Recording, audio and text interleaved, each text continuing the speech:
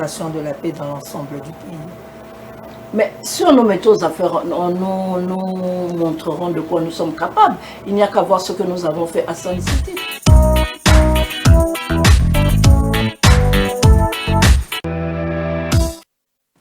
École et grossesse, quel droit pour la jeune fille, pour les jeunes filles? On va discuter donc autour de cela. Mais bonjour encore une fois à chacun d'entre vous. Pour tous ceux qui viennent donc d'arriver, encore une fois, bonjour. Vous avez réveillé ceux qui dorment, nous espérons. Évidemment, on est ensemble jusqu'à 11h, 11h moins 5, 11h moins 10. On va avancer donc avec cette thématique toujours aussi importante. On va faire un tour de table. Je vais présenter donc celles qui viennent. Aujourd'hui, tout le monde vient pour la première fois, donc comprenez hein, s'il y a un bégaiement. Mais il y a un numéro d'habitude affiché juste assez. Il y a un numéro RTL, il y a un numéro Orange. N'hésitez pas à nous écrire. Vous n'êtes pas d'accord avec quelqu'un, vous voulez aussi rajouter quelque chose, vous avez une question à poser, n'hésitez pas, écrivez-nous WhatsApp, message normal, Togotang Abino. Pas d'appel s'il vous plaît parce qu'on ne peut pas forcément donc vous recevoir. Je vais accueillir, je vais commencer par droit d'aînesse oblige, celle qui est à ma gauche. Bonjour madame. Bonjour. Comment allez-vous ce matin? Très bien, merci. Vous-même? Magnifique. Alors, votre nom, votre petite présentation, est-ce qu'on vous retrouve? Ah, ça sera un peu long ma présentation. Allez-y. Ben, je suis Madame Nora, Yeah. Nora Mundele, épouse à M. Mugela Mukeba, Yeah. qui fête aujourd'hui son anniversaire, que j'ai dit joyeux anniversaire à toi mon bébé. Évidemment. Voilà. Je suis épouse et mère, architecte de formation, infirmière de formation. Yeah. Et là, je suis à l'INBTP, je suis en train de faire l'ingénierie en BTP. Et je suis la coordonnatrice nationale de la Ligue des femmes de mon très cher parti Écolo. Et j'ai une fondation qui porte le nom de ma mère. La fondation se nomme Jeanne Mundele. Okay. Voilà, c'est un peu ça une brève présentation. Merci beaucoup Madame Nora, très très intéressant. Et celle qui est à côté de vous, bonjour Grâce. Bonjour. Comment ça va ce matin? Ça va très bien, merci vous. Magnifique. Toi aussi à ton tour, ta petite présentation.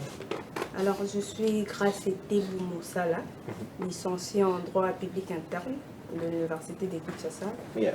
avocate au barreau de Kinshasa Gombe. Mais ici, je ne vais pas en parler dans cette casquette en tout cas. Et c'est quelle casquette que tu octroies ce matin? Aujourd'hui, je vais intervenir en tant que jeune femme Okay. ayant fréquenté les établissements scolaires, mais aussi rencontré ce genre de problèmes tout au long de son cursus scolaire. Sinon tu serais venue en tauge. Hein. Voilà. Et Mara, bonjour. Bonjour. Comment ça va? Très bien, et vous? Magnifique. À ton tour, ta petite présentation. Oui, moi je suis Marlène Kapinga, Yeah. étudiante en communication stratégique des organisations, licenciée en communication appliquée. Je suis également secrétaire générale de l'ONG Leadership de la femme des médias. Vous l'aurez compris, deux grandes têtes ce matin, comme d'habitude. Et celle qui est à droite, à ta gauche, please. Bonjour. Bonjour monsieur. Comment ça va ce matin? Oui, bien, merci. Magnifique. Alors, à votre tour aussi, votre petite présentation. Alors, je suis Sabina Penengue, présidente des facultaires à l'Université protestante au Congo. Et je suis aussi coordonnatrice de la Ligue des femmes, commission de la faculté d'administration des affaires et sciences économiques. Ça veut dire quoi ça?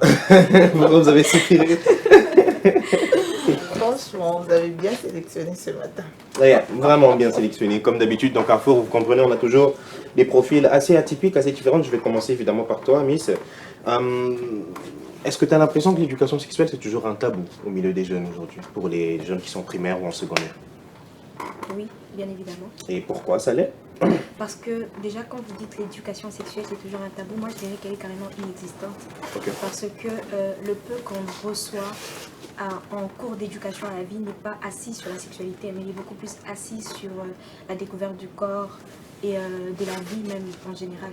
Donc l'éducation sexuelle est très peu existante dans le milieu éducationnel et même dans les familles qui devraient, elles, être normalement les initiateurs principaux de cette éducation sexuelle, elles ne le font pas malheureusement à cause des notions culturelles ou morales qu'on cherche à préserver. Des notions culturelles, malheureusement. Mara, dis-moi, tu penses que l'école devrait opter vraiment pour ce genre de cours un peu plus approfondi au lieu d'une éducation à la vie un peu licolo dès le primaire, tu penses?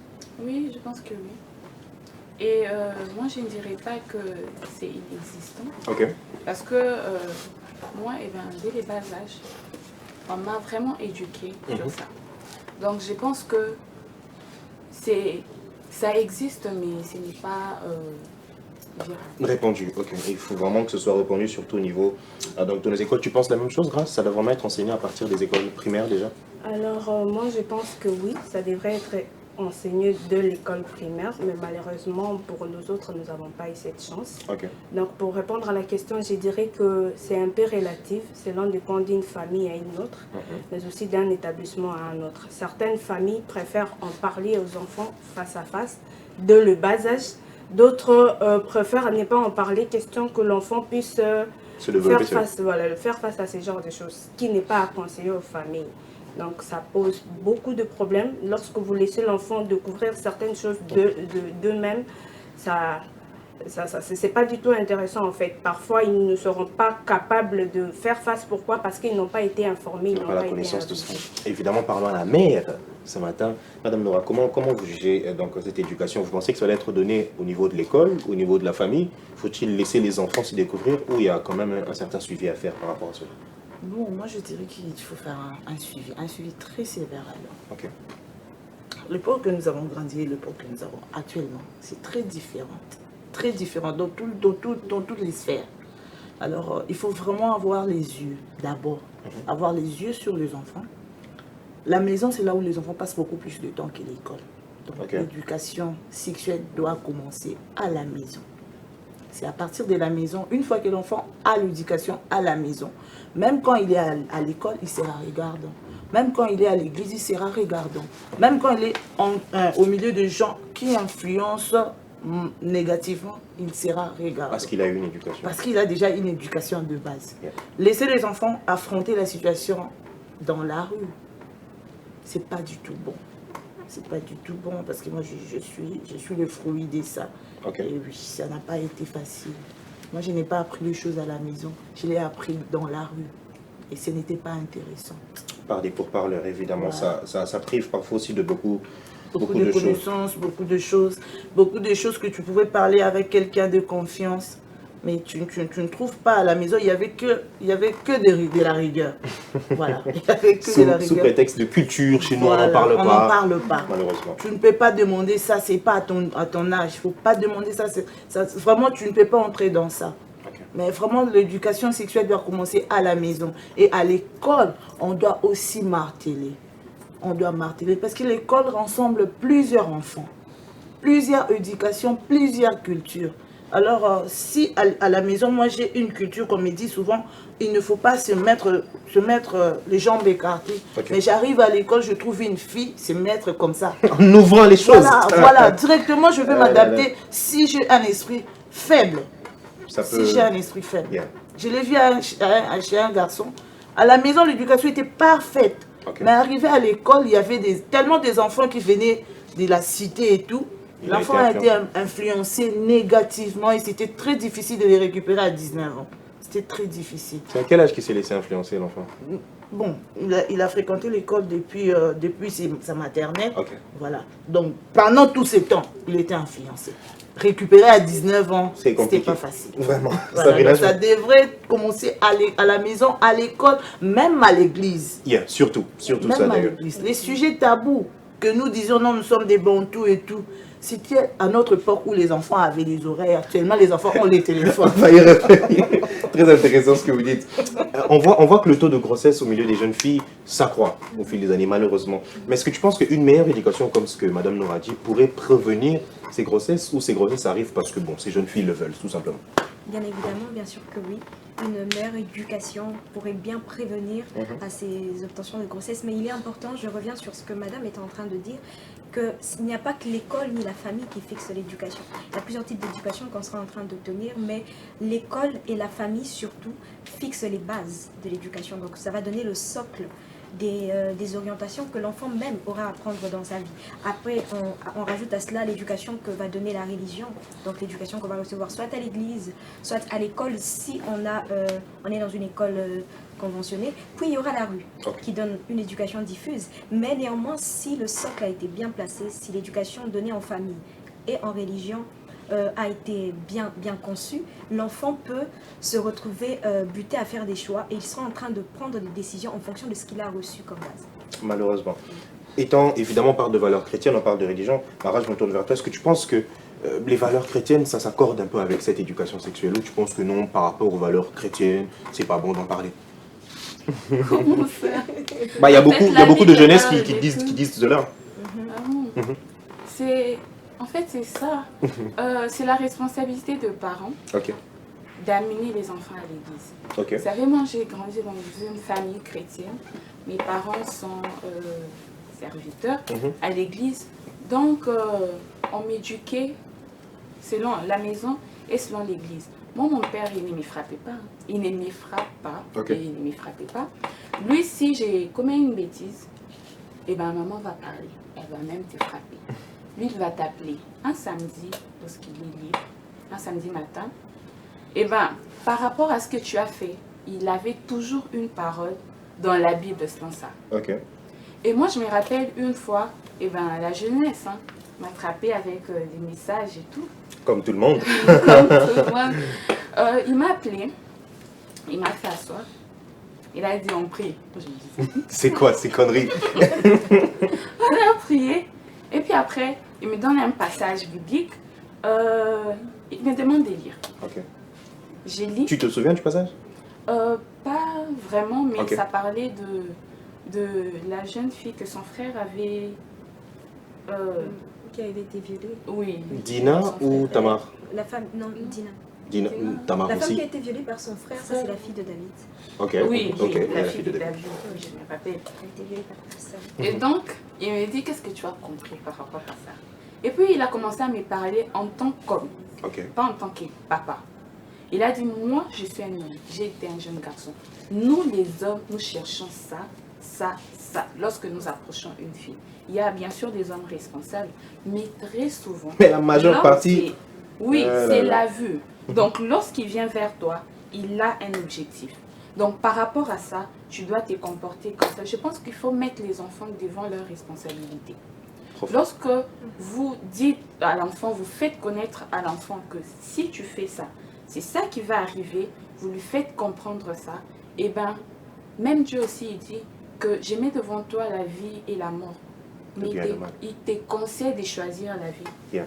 Il te conseille de choisir la vie pour vivre longtemps sur la terre et vivre heureux. C'est un témoignage très très puissant. Ce que tu dis, ça rejoint évidemment ce que Madame Nora est en train de dire. C'est vraiment intéressant des parents, des adultes, de mettre les enfants Parce que face. selon la donc, à culture, leur- c'est difficile. Moi, je suis le bas. Et Ok. chez nous, parler un peu de ces genres de choses avec les enfants, c'est difficile. Mais lorsqu'on prend les valeurs chrétiennes et ce qui se passe dans la société, et si nous voulons les biens de nos enfants, de nos petites Il sœurs, faut y aller. eh ben, il faut y aller. Très intéressant ce que tu dis, je me tourne vers toi, Grâce. Les parents, ou plutôt les adultes, disent que si on en parle aux enfants, c'est une façon de les encourager à une sexualité précoce. Tu penses que c'est ça ou c'est juste une façon de prévenir simplement? Moi, je pense que c'est une façon de prévenir parce que de toutes les façons, les enfants auront à les Ils vont se vivre, découvrir, faire- voilà. à les rencontrer dans la vie. Mhm. Mieux prévenir. Ok. Donc, dans telle situation, dire à l'enfant, dans telle situation ou à tel âge, il se passe de telle chose. Alors, voilà comment faire face, voilà comment répondre si jamais telle chose t'arrivait. Ne pas en parler, c'est en quelque sorte laisser l'enfant dans l'ignorance. Alors, vous savez alors le prix de l'ignorance. L'enfant serait donc exposé à toutes sortes de choses, des réalités que nous vivons nous à dire. J'aimerais aussi vous poser cette question, Madame Nora, un peu ce que j'ai posé aussi à Mara. Est-ce que vos valeurs chrétiennes à vous, vous pensez que vous les inculquez aussi chez les enfants en associant éducation sexuelle et valeurs chrétiennes? C'est aussi des choses que vous pensez importantes à inculquer aux enfants? Très importante, très importante, comme Marla a dit ici. Dans la Bible, il y a toujours un verset qui correspond à quelque chose. Donc, moi, je me dis, une fois j'ai lu la Bible, j'ai créé une entreprise de construction, j'ai vu un verset qui dit à la personne que si vous trahissez votre associé, je me suis dit non, franchement, vraiment la Bible a été avisée. Oui, voilà. La Bible a été avisée, donc voilà. Dans la Bible, il y a tout. On ne peut rien chercher et ne pas trouver dans la Bible. Il y a tout. Alors, si vous vous dites que non, j'ai dit que mon enfant par rapport à ce que je suis en train de vivre, mais sans pour autant associer la Bible, c'est une peine perdue. C'est une peine perdue parce qu'actuellement, même sur téléphone, il y a des tout. initiations. Yeah. Les enfants s'initient dans les téléphones. Moi, je suis vraiment dans le milieu rural. Je rencontre plein de gens, plein d'enfants qui sont détruits grâce au téléphone. toucher au fétiche grâce au téléphone. Alors si déjà vous commencez dès le bas âge à apprendre à vos enfants sur la parole de Dieu, sur ce que dit la Bible n'autorise pas la fornication, premièrement. Et déjà si vous mettez ça dans la tête de vos enfants, même s'il sera tenté, mais il va se référer que dans la Bible dit que la fornication n'est pas autorisée. Donc voilà, il faut associer et la Bible et la vie sociale. Il faut vraiment faire un mélange, vraiment, je ne sais pas comment je peux l'expliquer. Je comprends parfaitement. Voilà. Un mélange qui va aider. Il faut mélanger le tout, il faut toucher partout pour que l'enfant soit vraiment au milieu, quoi. Très équilibré. Important ce que vous dites, Sabrina, je me tourne encore vers toi. Revenons évidemment à cette question. Est-ce que le bannissement de ces filles enceintes, c'est une façon de les protéger ou c'est une simple punition? Alors, le bannissement de ces filles enceintes était bel et bien une façon de protéger, mais pas de protéger les filles enceintes. En fait, une des raisons pour laquelle je suis assez neutre sur ce sujet, c'est parce que je me suis rendu compte qu'on a, durant plusieurs années, regardé à la question de qu'est-ce que les autres autour de la jeune fille vont penser. On n'a pas directement pensé à la jeune fille qui, elle, vient de contracter une grossesse, malheureusement, qui va sûrement passer par des périodes difficiles, peut-être l'abandon des familles. En plus, elle va vivre forcément l'abandon du milieu scolaire, et donc ça sera assez compliqué. Mais ce qu'on voulait protéger surtout là, c'était les mœurs de l'environnement qu'il a recevé, parce qu'on voulait éviter le fait que certaines filles qui jusqu'à là se sont préservées, qui ne savaient même pas. On parle ici d'école, même école primaire est compris dedans. Oui, oui. On va se rendre compte qu'à l'école primaire, il y aura peut-être des filles qui ont déjà 13 ans à l'école primaire, ça arrive, qui peuvent contracter une grossesse. Imaginez dans une salle de classe de 6e primaire, ou peut-être 7e aujourd'hui, on en voit. Vous allez vous rendre compte qu'il y a une fille qui est enceinte, à côté d'une fille qui, elle, ne sait même pas c'est quoi. Elle aura tendance à se poser des questions et même à poser la question. Vous voyez, c'est cette éducation diffuse là qu'on va éviter. Parce qu'on sait que ça va soulever certaines choses et ça peut... Oui, je ne te coupe pas. Mais si évidemment il y a des gens qui n'ont pas connaissance de ces choses, tu ne penses pas que c'est la faute de l'école justement? Parce qu'en grandissant, je pense que si tu vois une de tes camarades enceinte, je pense que tu dois au moins avoir l'idée de ce qui s'est passé. D'où ce que Mara aussi disait, pourquoi les professeurs ne mettent pas tous les enfants face donc, à leur réalité. Donc, vas-y. Justement, on l'a dit plutôt que le système n'est pas assis de manière à nous donner justement ces enseignements sur l'éducation sexuelle. Mais néanmoins, je suis fière de voir de plus en plus d'ONG et des services gouvernementaux ou non gouvernementaux qui se lèvent justement pour pouvoir donner ce type d'enseignement. Par exemple, j'ai été avec l'UNFPA et ils ont tout un secteur où ils s'occupent de ça. Ils parlent des femmes, comment connaître leur cycle, comment savoir quelle méthode de contraception utiliser. Mais néanmoins, ils leur orientent vers l'abstinence parce que justement c'est la meilleure méthode. L'abstinence, un gros débat ça aussi. Qu'est-ce que toi tu penses de ça? C'est une façon de les protéger ou c'est une punition? Le bannissement de ces filles enceintes? En fait, on peut protéger. On peut protéger si l'enfant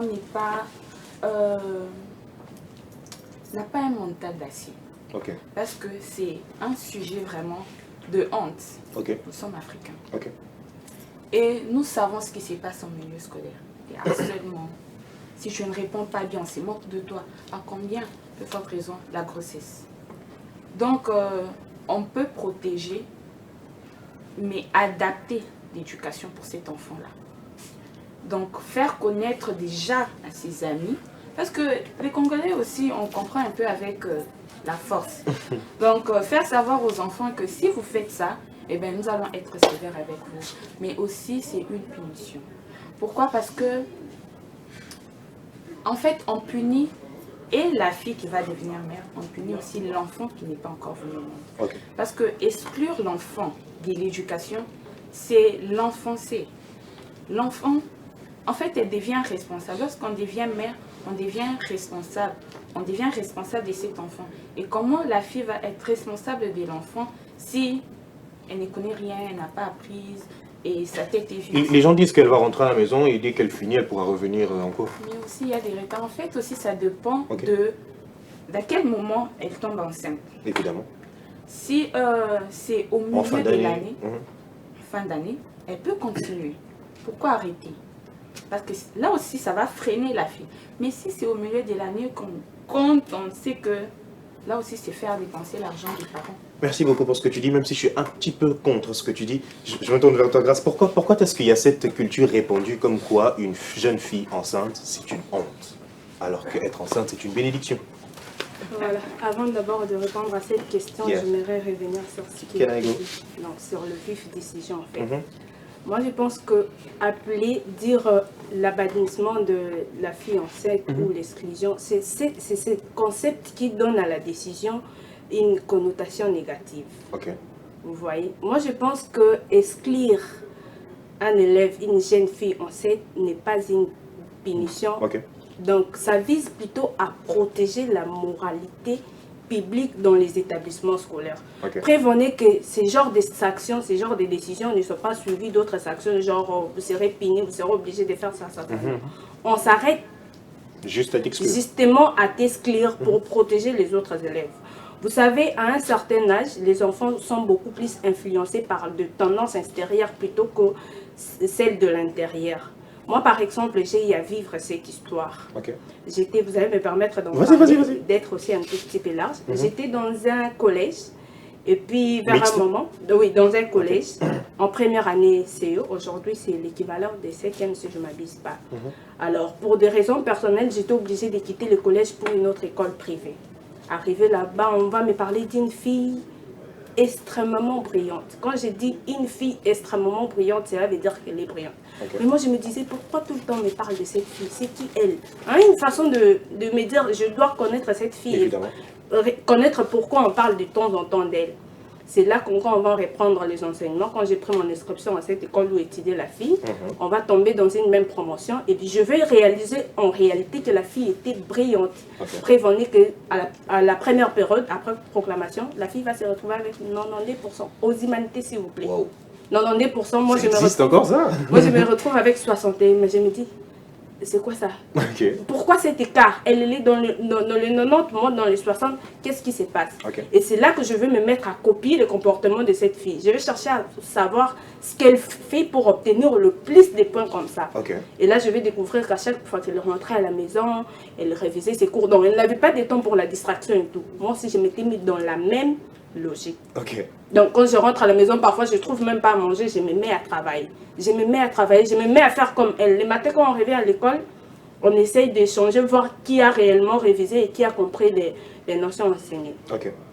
Et c'est là qu'au fur et à mesure, on avançait. J'étais passée des 60 à 70. J'étais passée des 20e de la classe aux 5 premières. J'avais réussi à me créer une place parmi les 5 premières. Juste à cause d'elle. Pourquoi? Parce que j'ai été influencée par sa manière, sa façon de faire les choses. Curieusement, arrivée en 3e année des humanités, la fille tombe enceinte. La fille tombe enceinte, automatiquement, sans pour autant nous en parler, parce que l'école ne pouvait pas. L'école ne pouvait pas nous en parler. Vous avez juste vu qu'elle a disparu? Oui, elle a disparu, voilà. La décision... passer un communiqué quand même, les mecs. Non, vous savez rien dire. On se disait, la fille, elle est partie, où elle est. C'est après plusieurs temps qu'on réalise, qu'on va nous dire qu'elle a été enceinte et puis renvoyée de l'école. Vous voyez, moi je me dis, une telle fille, s'il était maintenue dans l'établissement où j'étais, je pouvais se poser. J'allais chercher à savoir, mais comment est-ce qu'elle a fait pour... Parce que tout ce qu'elle faisait, ça brillait. Tout ce qu'elle faisait, ça brillait. Moi je me dis, si elle était maintenue dans l'école où j'étais... Et on va tous tomber enceinte. Comment est-ce que tu vas faire pour tomber enceinte? On allait tous tomber enceinte comme ça. Mais ce qui est bien dans tout ça, qu'elle n'avait pas arrêté avec les études, mais elle était partie dans un autre établissement scolaire habilité à recevoir de jeunes filles enceintes et des jeunes filles mères. Et c'est là qu'elle a continué avec les études. Moi aussi, j'ai continué chez moi. On a fini en même année, sans que personne ne puisse perdre le temps ou quoi que ce soit. Mais la seule différence, c'est qu'elle était partie évoluer dans un autre établissement qui était prête à les recevoir et aussi à continuer avec sa formation. Vous voyez? Donc, la plupart des décisions, ça vise à protéger la moralité publique dans les établissements scolaires. Là où elle était partie, c'était connu de tous que c'est une école habilitée à recevoir les filles de cette catégorie, des filles mères et des filles enceintes. Vous voyez? Donc moi, je ne suis pas du tout pour cette décision. Je pense que le mieux à faire serait de chercher à organiser comment est-ce qu'on peut faire pour accueillir ce genre d'élèves, surtout que dans chaque province, je pense, chez moi par exemple, il en existe plus de 2 écoles qui sont toujours prêtes à recevoir les filles enceintes, les filles mères, à n'importe quel niveau. Dès l'instant où on vous renvoie de l'autre côté, vous venez ici avec vos bulletins, on évalue, vous continuez. Donc ce serait donc la meilleure chose de faire, plutôt que de dire mais tenir tous ensemble. C'est comme si on disait, désormais tout le fruit est de fruits mûrs, de fruits pourris. Donc on va faire un mélange de tout. Vous savez la conséquence. Au Bandé, bien, au Suki Cinéma. Mais là aussi, j'apprends. Je Yeah. pense qu'on doit maintenant faire la publicité de ces écoles pour que ça soit... Ça existe. Ici à Kinshasa, si ça n'existe pas, mais à l'intérieur, il existe des établissements pareils, prêts à recevoir les élèves enceintes. Il faut Donc la plus de meilleure des publicité choses, c'est comme Marie envisager Tantonucci. cette possibilité, Yeah. chercher à savoir si l'enfant est tombé enceinte, parce qu'on ne peut pas quand même accepter. On peut pas Vous défendre savez, la la vie puberté, enfantine. parce que la plupart des cas, c'est... Aucun parent, moi je l'ai dit, aucun parent ne va accepter sa fille en l'âge de puberté étudier avec une autre fille au même âge mais enceinte. Pourquoi? Je me tourne vers le parent qui est avec nous. Pourquoi ça va choquer un parent qui a une fille enceinte? Ça va choquer. Ok. Parce que déjà, les attitudes, la présence, la personnalité d'une personne influence automatiquement, Ok. que tu le veuilles ou pas. Comme Alors, l'exemple qu'elle nous a donné. Voilà. Et j'en vois ma fille que je connais, peut-être elle se respecte vraiment. Ok. Elle est informée de tout, mais elle ne peut pas arriver à ces niveaux. Mhm. Mais se retrouver à l'école avec quelqu'un qui a osé, qui a dépassé les limites que ma fille a. Ok. En tout cas, ça va lui donner aussi cette influence-là. Ok, Elle ça va fait. elle va se dire, ah, mais elle l'a fait. Pourquoi pas moi? Donc, même si Il moi faut je l'ai m'arrêter. fait. Et surtout que la Mais fille pour n'a ma pas part, été exclue, elle n'a pas été sanctionnée. Moi, Voilà. si je peux faire, on ne me fera rien. Je Voyez rejoins le son idée. Ok. C'est-à-dire que je trouve que la décision ou la loi a été précipitée. Ok. Avant de lancer une loi, il devrait d'abord commencer par un recensement. Faire un recensement au niveau des écoles. Après le recensement, faire une sensibilisation. Ok. Une sensibilisation dans tous les niveaux avant de proclamer cette loi. C'est vraiment très précipité. Parce que dites-moi, l'école qui n'était pas prête à recevoir des filles enceintes, pendant que le professeur est en train de donner cours, la fille enceinte doit acheter la salive, peut-être. La grossesse avec La ses grossesse caprices, avec ses ça. caprices. Comment le professeur va s'y prendre? Qu'il donne cours ou qu'il puisse aider la fille à sortir pour ne pas déranger les autres? En vrai, Donc, cette émission est vraiment intéressante. Ça m'aide aussi à changer un peu ma perception Voilà. sur ce Donc truc. il faudrait commencer par une sensibilisation, Yeah. adaptation des écoles, s'ils veulent que toutes les écoles puissent recevoir les filles enceintes. Ok. Au Canada, ça existe. Mais Évidemment. chez nous, ici, on n'a pas le même niveau. On n'a pas le même... Mindset, c'est vraiment voilà. compliqué. Cela demande aussi beaucoup Voilà. en termes de dispositifs. Parce Voilà, que ça vous savez, demande une fille beaucoup. enceinte, tout peut arriver. Tout peut arriver. Donc, il faudrait que les écoles soient préparées dans le sens que si tel événement arrive, Il faut on va accueillir s'en prendre cela. de cette Imaginez manière. qu'une Voilà. grossesse compliquée. Voilà. Ok. Une grossesse compliquée qui complique par un avortement précoce. Ok. L'école qui n'est pas préparée, comment l'école va s'apprendre? Compliqué. Voilà, donc on doit, s'il faut appliquer cette loi, il faut que dans chaque école puisse avoir un médecin. Une femme dispensaire. sage, Voilà. voilà. Une femme sage pour orienter. Or, ça, c'est trop demandé à l'école. C'est trop demandé. Ça demande Parce aussi que des déjà, moyens. avec notre niveau institutionnel des écoles, en tout cas, je trouve que le niveau n'est pas vraiment trop élevé. À cause du Ajoute- système éducatif, évidemment. Voilà, ajouter encore un truc comme ça sans pour autant être préparé. En tout cas, les enfants vont aller de notre sens de l'éducation et c'est favoriser la fornication Évidemment. précoce. C'est favoriser. Qu'est-ce que je peux dire? Donc, Indou Malaka, c'est l'école. Évidemment. Voilà. Donc, un professeur peut se dire, même si j'ai l'ancêtre, elle va continuer à étudier. Voilà. Or, déjà, le fait de savoir que si je tombe enceinte aujourd'hui, j'arrête les études. C'est déjà un rappel à la tête des enfants que non, je ne peux pas tomber enceinte parce que je vais arrêter les études. Je ne peux pas rester avec les garçons parce qu'avec les garçons, je finirai par tomber enceinte et je vais arrêter les études. Vous comprenez un peu? Yeah. C'est comme ça dans notre niveau Namboka. C'est comme ça. Donc, on nous dit toujours que non, il faut qu'on bangisa mwana pour que abanga pour salate. Tout ça place wana. Ok. Alors le coup les lois qu'on a dans le Longwete, on ne peut pas directement instaurer une loi dont on n'a même pas pris l'initiative de préparer le mental des enfants. C'est très important ce que vous dites. Je pense aussi que cette loi aurait dû se suivre d'abord d'une réforme Voilà. au sein du système éducatif. Enseigner les enfants la sexualité, les choses, mettez-les face à leurs responsabilités. Et après, on pourra réfléchir si on peut habiliter les écoles. Voilà. Donc pour cela, mais aussi pour que les écoles qui accueillent les femmes enceintes, Kinshasa devrait vraiment, en tant que capitale, opter pour ce genre de choses parce qu'il y en a énormément. Donc, Hakim, l'exemple que tu as donné, c'était vraiment donc, intéressant. C'est là que je me rends compte que c'est vrai qu'il y en a des gens qui sont peut-être pas influençables, mais il y a aussi pas mal d'enfants en grandissant influençables. Moi, je me rappelle en primaire, il y avait un type là, il mettait, parce qu'on mettait tous des culottes en primaire, hier, mon tu as taille basse, il y a culotte. Il mettait son taille basse, je te jure, il mettait son taille basse, ses chaussures sans chaussettes, et puis les lacets, il y a panzana. C'était son style. Idiot que j'étais, devinez ce que j'ai fait. Voilà. J'ai suivi ce qu'il a fait. C'est pas l'idiotie, c'est en fait l'âge. C'est après, je me dis, mais c'était quoi mon problème? Et c'est vraiment vrai ce que tu dis quand tu vois aussi une de tes amies qui est peut-être enceinte. On voit même au-delà, mais il y a même des amis mariés. Toi aussi, tu veux à tout prix te marier parce que ton ami s'est marié. Oui. C'est quitte donc à faire le mauvais choix. Je me tourne vers toi, Sabrina, surtout au niveau universitaire aujourd'hui. Comment ça se passe? Tu penses qu'il y a une différence dans l'éducation? Tu penses que les gens se sont déjà auto-éduqués eux-mêmes et les universités ne mettent pas donc quelque chose, une parole au-dessus de cela? Alors, je vais d'abord rebondir sur ce qui était en train d'être partagé parce que je me suis quand même tue, mais c'était quelque chose qui bouillonnait en moi. Il y a très profond. Va savoir une chose, c'est qu'on va se rendre compte que cette décision a été prise. Et j'ai aimé ce que madame a dit, c'est qu'en amont, elle n'a pas été du moins réfléchie parce qu'on va se rendre compte que normalement, elle doit répondre à un problème et c'est un problème qui n'est pas, permettez-moi de le dire, même si ça sera peut-être critiqué, mais c'est un problème qui n'est pas très présent. En effet, sur une échelle de 1 à 10, les cas des femmes qui tombent enceintes durant leur parcours scolaire, je parle bien de scolaire et non académique, on atteint une échelle de 2 à 3 filles. Okay, et on est à une échelle vraiment très minime. Du coup, il serait important pour porter une opinion justement objective et rationnelle, de pouvoir se tourner vers les cas de discrimination. En fait. Je fixe les bases avant d'avancer que si l'État a pris cette décision, c'est conformément à l'article 13, je parle en face d'une avocate, de la Constitution, et 14 si je ne m'abuse, qui parle de... non, permettez-moi de lire. Vas-y. Je vais carrément vous lire les articles de la Constitution. En ce qui concerne l'article 14, je vais lire. Alors l'article 14 dit ceci.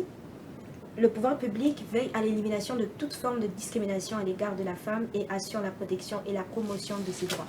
C'est à l'égard de la femme. Et l'article 13 dit « Aucun Congolais ne peut en matière d'éducation et d'accès aux fonctions publiques ni en aucune autre matière faire l'objet de mesures discriminatoires. » Donc on voulait en fait y viser à ôter cette discrimination qui était faite à ces femmes-là.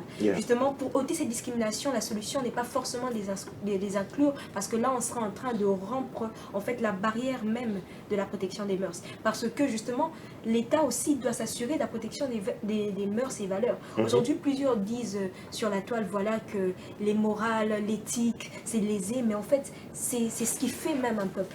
Une population est faite même par ses valeurs, par ses mœurs. Aujourd'hui, si on dit à l'enfant ne fais pas ceci, ne fais pas cela, c'est purement congolais. C'est ce qui fait nous les Congolais en fait. Je vais donner un exemple. Mais rassurez-moi de fermer la parenthèse directement après. Ok, hein, je veux pas qu'on y rentre, sinon on va se perdre. Par exemple, aujourd'hui en RDC, on n'accepte pas les gays. Les homosexuels, ils ne sont pas acceptés. On n'accepte pas leur mariage, on ne les accepte pas dans nos communautés. Mais ailleurs, dans d'autres pays, c'est déjà légalisé. Aux USA, tu ne vas pas interdire à quelqu'un de fréquenter un homosexuel. Vous voyez ? Donc c'est quelque chose qui fait notre culture. Alors pourquoi ne pas éviter justement de léser cette barrière justement de mœurs, ok? Et aujourd'hui dans le milieu académique c'est beaucoup plus différent. Moi je suis dans une université conventionnée protestante, mais sous d'autres cieux il se pourrait que la jeune fille, parce qu'à l'université on est déjà beaucoup plus responsable, qu'elle se prenne elle-même en main, elle voit comment elle peut arrêter avec les cours et revenir ensuite après. Et ça c'est ça. Il ne résulte que d'elle, si elle va dire à l'université voilà, qu'elle est tombée enceinte ou non. Mais elle-même se gère dans une certaine mesure en fonction du fait qu'elle est beaucoup plus responsable justement que celle qui est au milieu scolaire, qui est pour la plupart des cas mineure et qui se doit d'être justement encadrée, enrôlée vers une voie qui sera justement montrée par les institutions de l'État ou même le centre d'éducation ou l'école dans lequel il se trouve. Très important ce que tu dis. Avant que je revienne vers toi, Mara, je me tourne vers vous, Madame Nora. J'ai demandé ça à Grâce tout à l'heure, mais elle ne m'a pas forcément répondu. Pourquoi est-ce que c'est vu comme étant honte qu'une jeune fille soit enceinte? Pourtant, on sait que tout être enceinte, c'est une bénédiction. Mais pourquoi c'est perçu forcément comme une honte? C'est question de mœurs, question de culture? C'est question de culture. Ok. C'est question de culture, c'est une honte, normalement. Nous sommes bantous, comme on le dit souvent. La jeune fille est appelée à étudier et puis Ça, c'est actuellement. Ok. Avant, c'était se marier et puis faire des enfants. Une jeune fille n'a pas de rêve, juste elle Voilà, se elle marie. n'a pas de rêve, elle se marie. Et puis, elle peut avoir des enfants. Ok. Mais une jeune fille qui ne s'est pas mariée puisse avoir des enfants, c'est une honte d'abord pour la famille, Ok. l'entourage. Ça a été dit que non, tu vois, elle n'a pas été bien éduquée. Donc, on collait l'éducation de jeunes filles par rapport, l'éducation de la famille par rapport à la jeune fille. Parce qu'en tout cas, on s'est dit jusqu'à présent que les hommes, eux, ne font pas de bêtises. Vous êtes vraiment épargnés. Les caméras sont plus braquées sur le fille. Alors on dit toujours que non, la fille n'a pas été bien éduquée. Ça a toujours été une honte. Mais actuellement, nous sommes dans une allure où la jeune fille doit étudier, se marier, puis faire des enfants. Ok. Avoir une grossesse, c'est un accident de parcours. Moi, je dis toujours ça. Ok. Mais ça devient une honte. Quand nous sommes au nombre de 4. La famille de Madame Sabrina, elle a aussi des filles. Marla a des filles. Elle aussi a des filles. Moi aussi, j'ai 2 filles. Ces filles ont pris, ils ont étudié. Après, ils se sont mariés. Ok. Également pour Marla, également pour elle. Et moi, je me retrouve avec des enfants qui viennent avec des enfants et non le mariage. Ça sera conçu comment? Ok. Vous comprenez un peu? Pendant que nous habitons peut-être dans une même parcelle, les enfants ont presque le même niveau d'éducation. Vous comprenez? Ok. Donc ça sera une honte. Parce qu'il y a déjà des gens qui ont vécu, il y a d'autres filles qui ont vécu mais qui ne sont pas tombées enceintes. Mais pourquoi seulement toi? Donc tu nous amènes la honte. Ok. Vous comprenez un peu? Ok. Donc c'est dans ce sens, tout dépend de la culture. Alors moi je dirais, Ok. c'est une honte. Moi je dirais, bon, je ne suis pas en train de m'opposer à ce que vous dites, c'est réellement bon, ce mais qui vous êtes se vit libre, hein. dans la société. Mais C'est une honte parce que dès le départ, on nous a inculqué cette conception des choses. Ok. Nos parents, Bantou, ont l'habitude de nous comparer, nous mesurer avec les autres. Ok. Dès l'instant où tu tombes enceinte, on me dit, mais toi tu tombes enceinte, regarde ton amie Sabrina, comment elle évolue dans ses études et tout. C'est cette façon de voir les choses, c'est cette façon de faire les choses qui pousse à ce que la grossesse soit considérée comme une honte. Mais cette honte, on finit par se familiariser avec, donc c'est toujours Bizarre. au départ compliqué. Plus tard on s'assume, Plus on se familiarise avec. une honte qui dure 9 mois. Parce que quand la femme est ramenée, Ouais, voilà. C'est il après que devient ça devient un une membre de la bénédiction. famille. Bénédiction, voilà. Ça durera toute une vie, c'est-à-dire? Ça dure toute une vie parce qu'il faut comprendre tout de même l'importance de responsabiliser les enfants au lieu de simplement C'est leur ça. inculquer la notion de honte là, parce que ça peut pénaliser la psychologie de la jeune fille. Mais quand je dis que ça dure toute une vie, c'est que l'enfant que tu vas avoir, c'est pas que 9 mois de grossesse. Parfois on voit juste le 9 mois de grossesse, on voit après, il y a le une cas vie. de femme enceinte, mais on voit pas le cas de femme ayant un enfant. Par exemple, je vais donner un exemple très banal, mais je pense que nous connaissons tous, on a sûrement tous suivi Aya de Bougan. Oui. Il y a une amie à Aya qui était tombée enceinte durant son parcours scolaire. Du coup, elle a dû arrêter les études et commencer à vendre pour fournir de quoi manger à son enfant. Vous voyez un peu cette notion de responsabilité-là. Après avoir été enceinte, ce n'est pas que 9 mois, mais c'est toute une vie qui s'ensuit. Parce que le parent a la responsabilité sur l'enfant, de le scolariser, de le nourrir, de l'éduquer et tout comme ça. La honte de 9 mois, moi j'ai dit par rapport à ce que les gens de la maison disent. Oui, Pendant ça, 9 mois, non, on va te marginaliser jusqu'à ce que quand l'enfant vient, on l'accueille. Et toi, tu es rejeté. On accepte que l'enfant. Oui, l'enfant, oui. Voilà. Avant que je revienne vers toi, vas-y. L'enfant est innocent, en fait. C'est pas faux. L'enfant est innocent. Mais Sabrina, s'il te plaît, avant qu'on refasse encore un autre tour de table, on voit que, comme ce que Madame Laura disait, que la femme est beaucoup plus stigmatisée, voire marginalisée que le garçon. Mais un enfant ne le fait pas seul.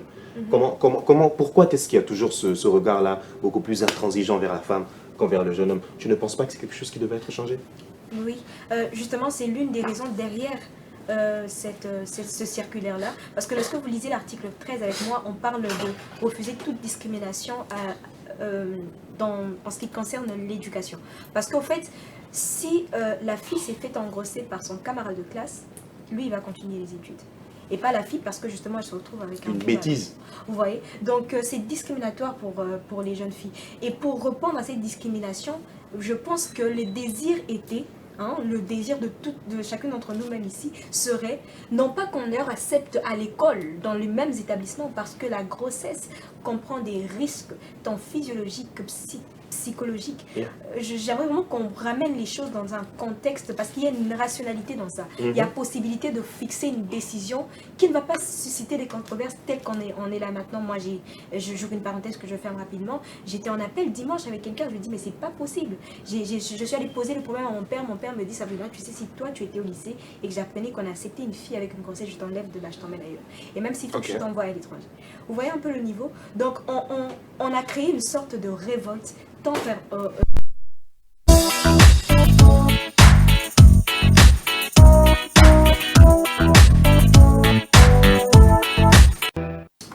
De retour les amis, de retour, on discute évidemment sur ce sujet toujours aussi pertinent, toujours aussi donc conflictuel qui crée le débat école et grossesse. Quel droit donc pour la jeune fille, on a vu en long, en large pas mal de choses, on a vu qu'il fallait changer donc le système éducatif, mais aussi il fallait y réfléchir avant donc de prendre cette décision qui fait évidemment la controverse, surtout avec l'église catholique, avec les écoles donc catholiques. C'est bien d'octroyer cette loi pour éviter la stigmatisation ou voire même la marginalisation de certaines filles, de certaines jeunes filles, mais il fallait y réfléchir au moins 2 fois, histoire de préparer le terrain, surtout évidemment avec une éducation donc sexuelle qui est un peu plus donc fondée, qui est un peu plus un peu plus avec beaucoup plus de fond que de forme, parce que c'est l'éducation à la vie qu'on suit, c'était vraiment n'importe quoi.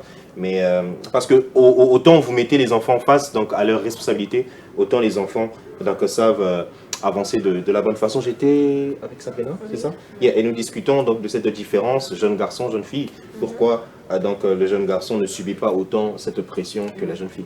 Oui, alors il serait important de préciser une chose, déjà à savoir que lorsque on a un cas de grossesse comme ça, la jeune femme va porter directement la marque physique qui a eu un rapport, que voilà, elle sera enceinte. Mais le jeune garçon, ça ne s'écrivera pas forcément sur le front. Alors, rares sont les cas où justement la jeune fille va dénoncer son collègue.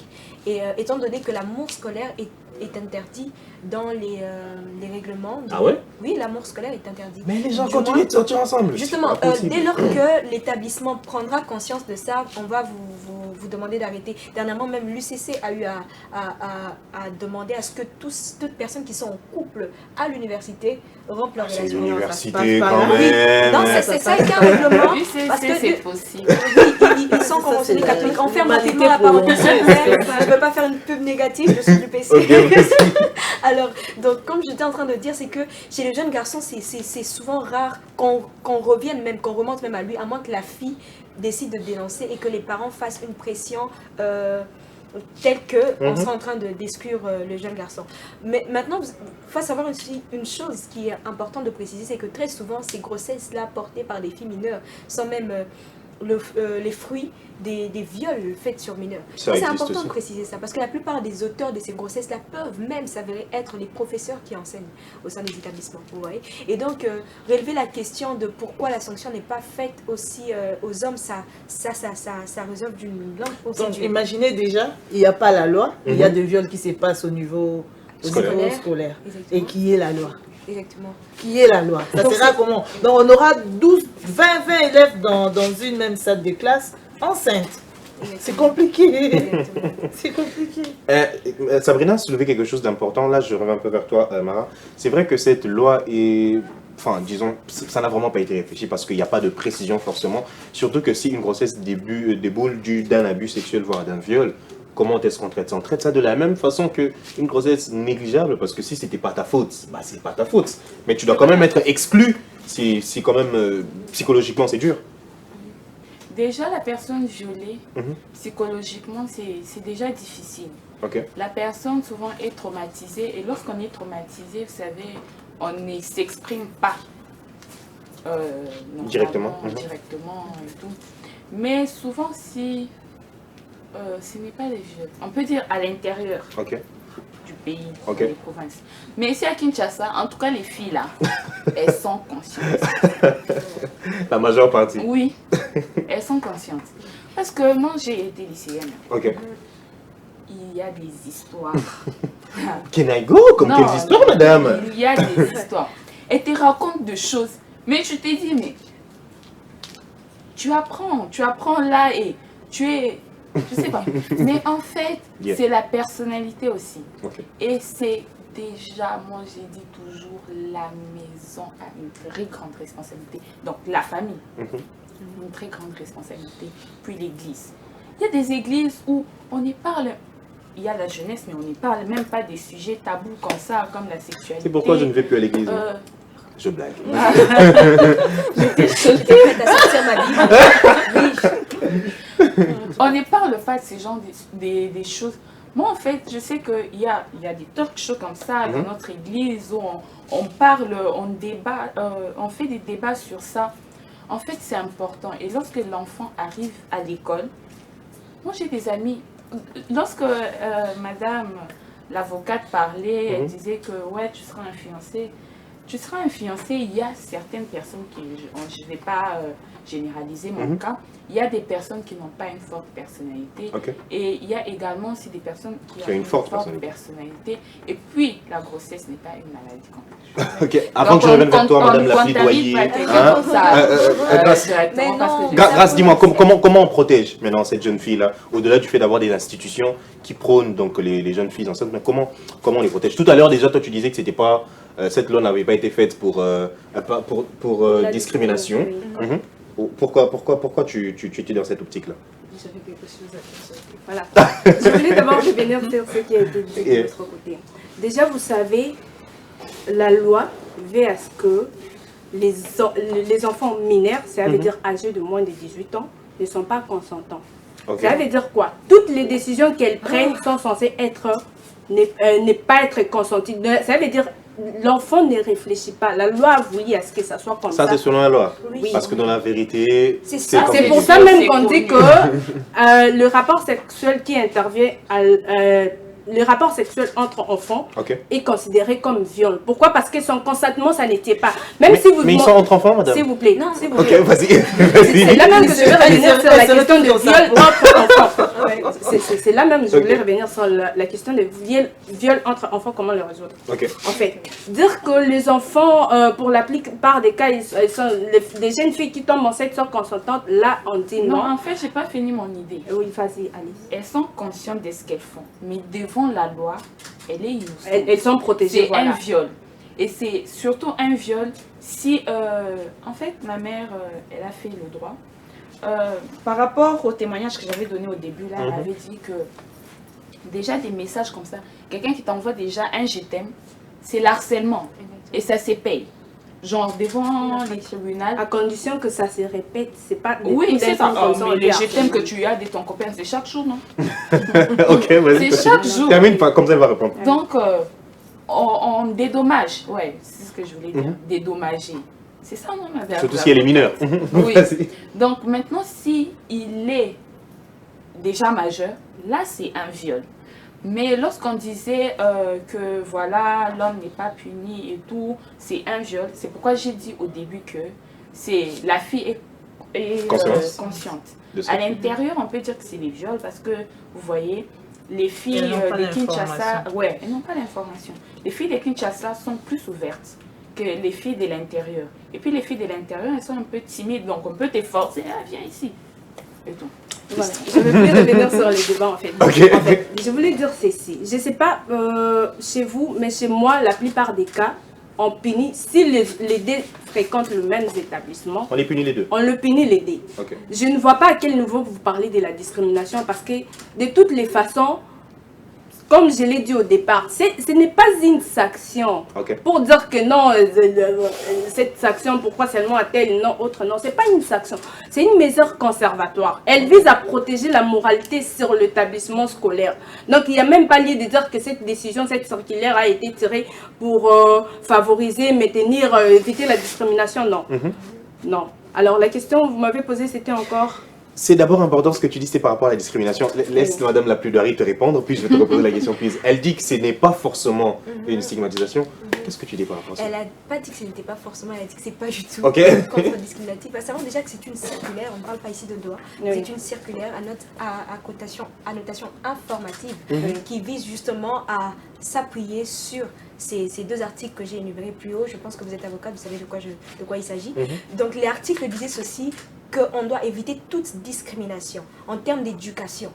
peu importe les gens, peu importe même la situation. Et là, on parle d'une situation de grossesse. Donc, ils visent à lutter, ce circulaire-là avait pour objectif justement de réduire cette discrimination qui était faite à l'égard des femmes. Parce qu'on a décidé de porter l'œil sur eux, sur elles aussi, et se dire justement cette jeune fille, pourquoi elle va arrêter les études, alors que le garçon qui est engrossé, s'il quitte cette école qui peut-être est rigoureuse pour aller dans une école peut-être privée où on banalise ce genre de choses, il va continuer les études. Mais même il n'y a l'école pas catholique va d'école. continuer. Même celle qui est enceinte a la possibilité de continuer. La jeune fille, sauf que ça ne serait pas dans le même établissement. Avec C'est ça sa les grossesse problèmes. ici à Kinshasa, il n'y a pas d'école. Cite-moi une école qui est prête à accepter la jeune femme. Ça, c'est un cas à part. Mais moi, j'ai dit ceci. L'enfant enceinte n'est pas exclu du système éducatif. Il n'est pas exclu de l'enseignement. Il est exclu de l'établissement qui, pour lui, juge assez valable et raisonnable qu'une telle personne, une telle catégorie soit exclue pour ne pas influencer les autres. Alors, moi, je dirais ceci. La discrimination à une certaine mesure, bon, comme vous persistez sur ces concepts, je me dis alors que cette discrimination, elle est positive. Positive, pourquoi? Parce qu'elle envisage à protéger une autre catégorie qui est majoritaire.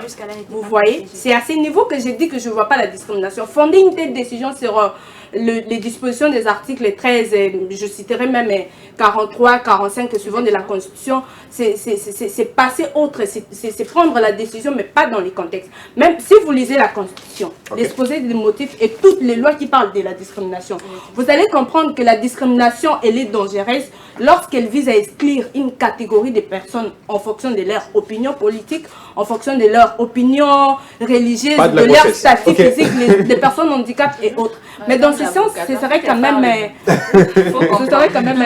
assez lourd de dire qu'il s'agit de la discrimination. Alors si vous persistez dans ce sens, moi je dirais que cette discrimination, elle est positive aussi longtemps qu'elle vise à protéger la majorité des élèves qui eux aussi peuvent se trouver dans ce genre de circonstances. Que madame n'aura pas, que madame n'aura pas, que je te reviens. Vas-y. Alors, je vais renchérir. Alors, on va savoir que le droit est l'une des rares sciences qui évolutive.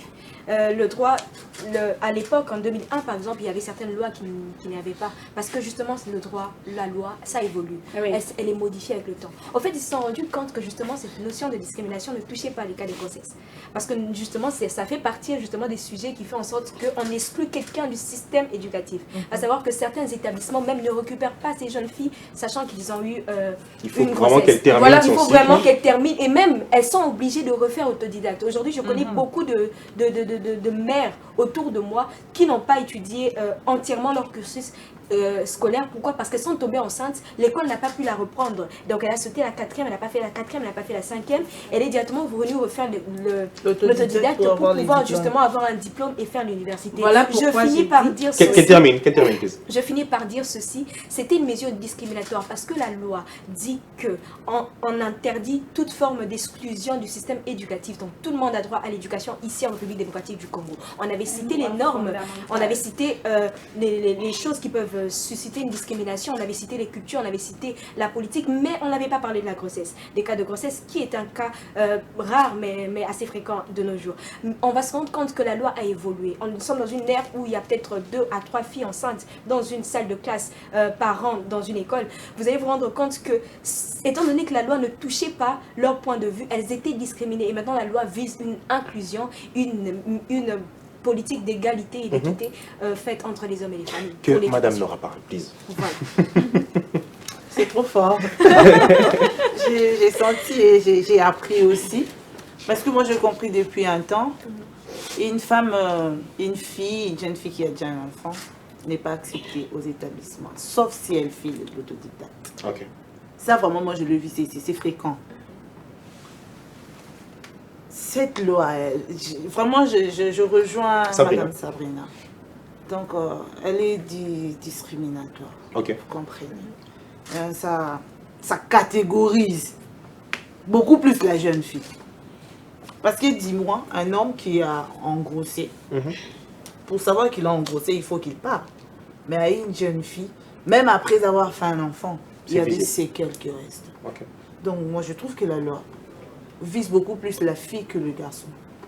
Voilà. Pour revenir sur cette loi, vous pensez qu'au fil du temps, ça va évoluer positivement parlant?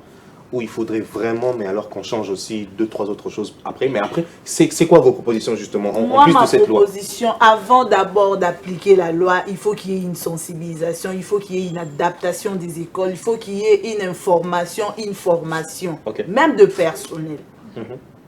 Parce qu'on ne peut pas dire que c'est chaque professeur qui connaît la suite d'une grossesse, l'évolution d'une grossesse. Exactement. Voilà, on n'a pas que le madame, on n'a pas que le dame dans des institutions scolaires, on a aussi des hommes.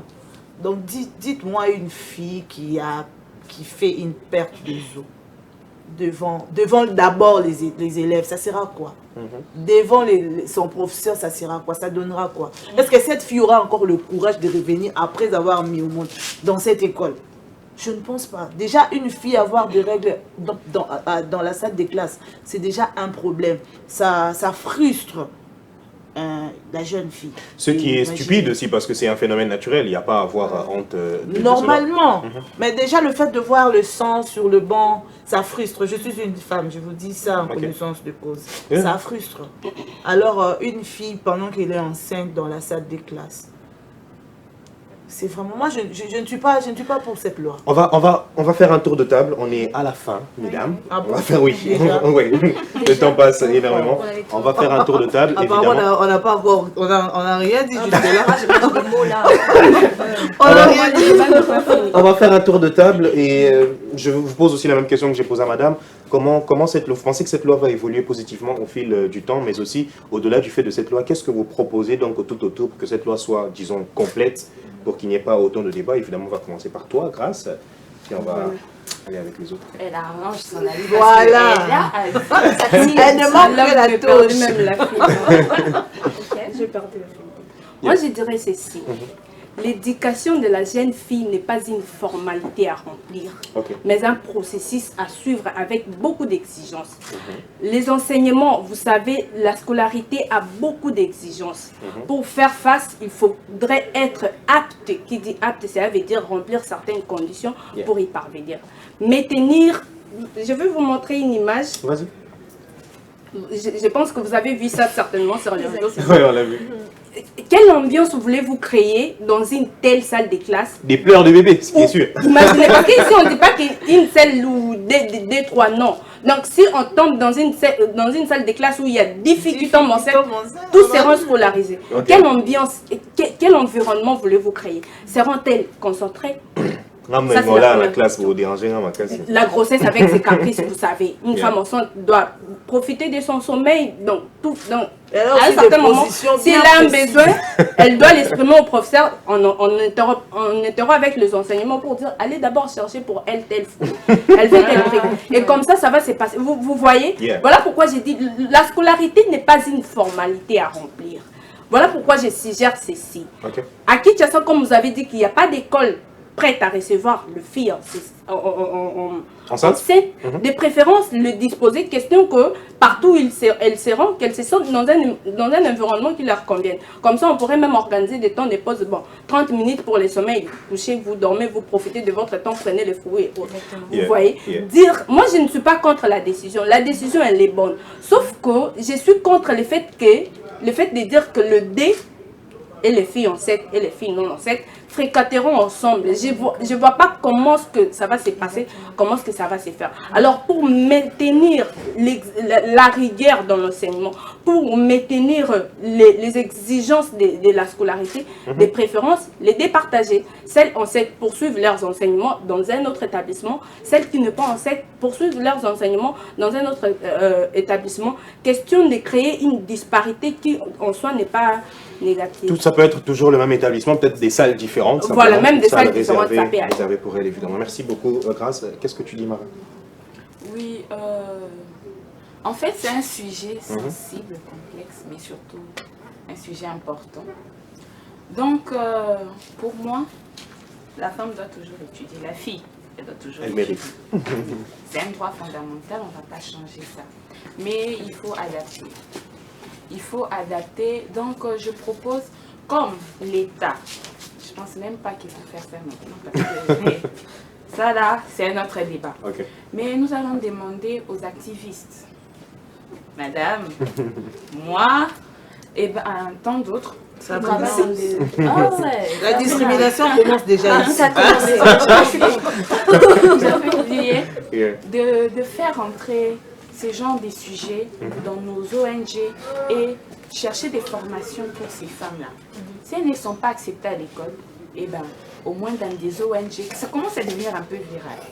On trouve des endroits où on peut faire des publicités à la télé comme ça et partout pour qu'on sache que si la fille ne va pas continuer à l'école, mais au moins qu'elle puisse suivre une formation quelque part.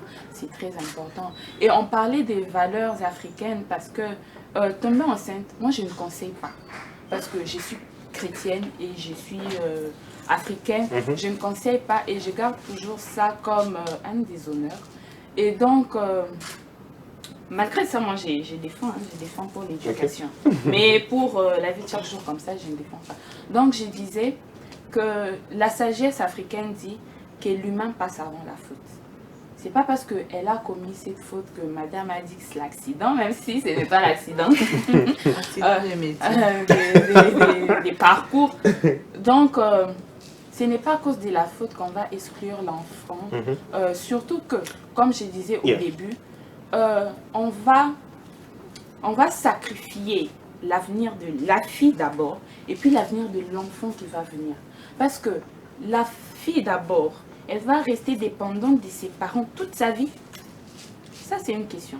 Elle doit prendre aussi soin de l'enfant qui vient. Évidemment, en étant très responsable. Oui, voilà. Et comment elle va prendre la responsabilité de l'enfant, éduquer l'enfant, permettre aussi que l'enfant puisse avoir un avenir si elle-même, elle est aussi. Non, non, pas. Merci beaucoup, Mara. 3 secondes, please. 3 secondes. Yeah. En tout cas, là, dans ce cas, je vais passer mon tour parce qu'en 3 secondes, mais bon, j'essaie Facile. de faire. Alors, déjà, il faut savoir que c'est un sujet d'actualité qui fait susciter, qui fait secouer beaucoup d'encre de salive. Mais il serait très important de porter une opinion non pas subjective mais objective, en tenant compte des réalités afin de pouvoir parvenir justement à un résultat rationnel. Au fait, cette décision a été prise en amont, la motivation était bonne, mais en aval, l'application va susciter beaucoup de choses et ira jusqu'à se heurter justement à la barrière. Comment l'appliquer de la bonne façon? À la barrière des mœurs prônées ici en République démocratique du Congo. Okay. Du coup, comment l'appliquer?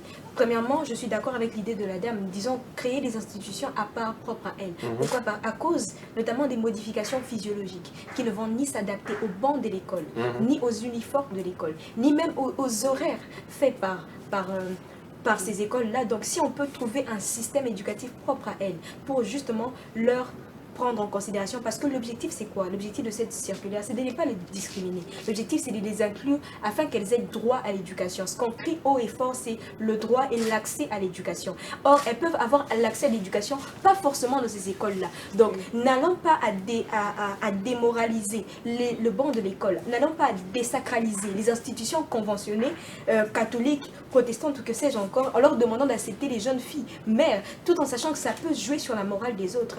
En tenant compte du fait qu'on peut bien leur instruire, leur éduquer dans des centres bien appropriés. Voilà ma propos. Merci beaucoup. On va rapidement terminer. On termine déjà dans 3-4 minutes. Déjà, nous sommes à la fin. Je donne encore une fois la parole à chacun. On va faire un tour de table très rapide. Chacun aura 3 secondes pour dire ce qu'il a, un mot de la fin. Ceux qui libangaient, évidemment, sentez-vous à l'aise. S'il vous plaît, je commence par vous, donc madame. Tiens, charge. Pourquoi c'est moi commencer par moi? Pourquoi pas? 3 délais s'oblige. Voilà, merci beaucoup. C'était vraiment un honneur pour moi d'être invitée sur ce plateau. Pas la dernière fois, en tout cas. Merci beaucoup, voilà. Donc, en gros, ce que moi je peux dire, la loi, elle est bonne, mais chercher un peu à adapter par rapport à la situation de notre pays, à la situation de notre système éducatif. Donc, voilà, ce que moi je peux dire. Créer des formations, des spots de publicité, des sensibilisations, juste pour mettre quelque chose dans la tête de gens et des enfants et de parents, que les enfants qui sortent de la maison puissent avoir l'information venant de leurs parents, arriver aux institutions scolaires, qu'ils puissent encore avoir, la même information, qu'il n'y ait pas de tâtonnement au fait, qu'il y ait une information très précise chez le parent et à l'école. Merci, je crois que j'ai terminé. Merci beaucoup. Super, grâce. 3 secondes. En 3 secondes, je dirais c'est un plaisir de partager cette émission ensemble avec De grandes têtes. des grandes têtes, des personnalités aussi aguerries sur la question. Mais également vous remercier de m'avoir invité parce que quand vous m'avez écrit, je me disais, faudrait-il venir ou pas, mais finalement, je suis là. Comment tu mais te donnes la également question?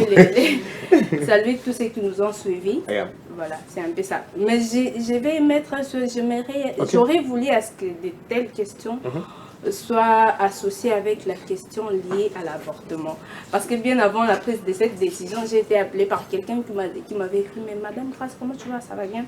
Je vais à ce que l'on puisse rédiger un ouvrage sur le droit à l'avortement et des choses pareilles. Donc, un tel sujet serait beaucoup plus... on va voir comment on peut y revenir là-dessus, voilà, parce que c'est vraiment un sujet assez délicat. C'est très délicat, c'est Mara, très vaste. 3 secondes. Merci beaucoup.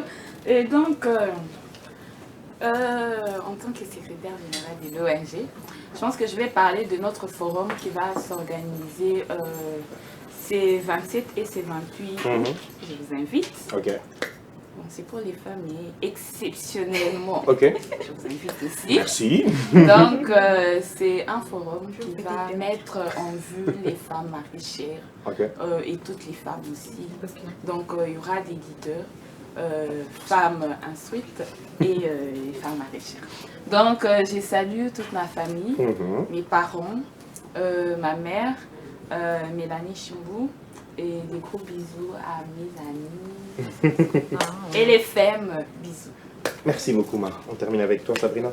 Alors, merci beaucoup. Je vais essayer d'être très courte, ce qui me met déjà la pression. Alors, si je suis venue ici, c'est en ma qualité d'activiste féminin et aussi en ma qualité de coordonnatrice de la commission de FASÉ de la Ligue des femmes. Alors, je ne suis pas ici en qualité de présidente facultaire, alors je salue particulièrement quand même mes étudiants qui sont au sein de la faculté de FASÉ. Mais j'aimerais aussi relever une chose, c'est que si je suis venue ici, c'est parce que les argumentaires que j'ai vus sur le sujet ne résultaient pas d'objectivité. Elles étaient surtout beaucoup subjectives. Ça, c'est les traiter réseaux. cette question avec beaucoup de tact. Il serait important de poser, avant de parler d'un argumentaire, de pouvoir analyser le sujet et pouvoir voir l'impact positif comme négatif, et aussi en amont et en aval étudier comment on peut bien instaurer la situation. Et c'est le conseil que je donne au gouvernement pour cette circulaire. Merci. Merci beaucoup. C'est ça, Carrefour, les amis. Parfois, on n'a pas envie de finir, mais il faut terminer parce qu'on court derrière le temps. Merci à chacun d'entre vous de nous avoir suivis. Évidemment, cette loi, elle est pas mal, elle est bonne, mais il fallait au moins au préalable suivre par tout ce qui a été dit. Moi, je rajouterais même par une éducation sexuelle encore beaucoup plus approfondie. C'est toujours très, très important. Instant Mabanga. Évidemment, on dit un grand merci à tous qui nous ont suivis. Je pense au maître, donc Doniel Toudienzele, et à son épouse, donc Madame Justine Boyuna. Oui, la dot a été versée, on peut maintenant dire son épouse. Et mais aussi, je pense à pas mal de personnes, à Faridja Kiasonama, mais je pense à Juliana Kazadi, Grady Maingila, mais aussi à la présidente Vicky Akabongo, qui nous a fait l'honneur de me présenter Madame Sabrina, mais aussi un joyeux anniversaire donc, à l'époux préféré de notre maman Nora, papa Gaylor, donc Moukeba, joyeux anniversaire à vous, papa. Un grand merci à vous de nous avoir suivis, évidemment. J'ai une grosse pensée pour la famille, donc RTGA. Je pense à Zouwiner qui était derrière les caméras, mais aussi à Djibril, à Mpanzou, au duo de choc. Je pense à Mike Etchieu, mais aussi au grand Golba qui était donc à la régie. Un grand merci encore à vous, un grand merci à mon directeur 33. On se retrouve jeudi dans Carrefour Religion et mardi prochain encore pour Carrefour Société. En attendant, portez-vous bien, n'oubliez jamais les amis, l'avenir, c'est aujourd'hui. À très bientôt. Mieux qu'une chaîne, un monde. RTGA, mieux qu'une chaîne, un monde.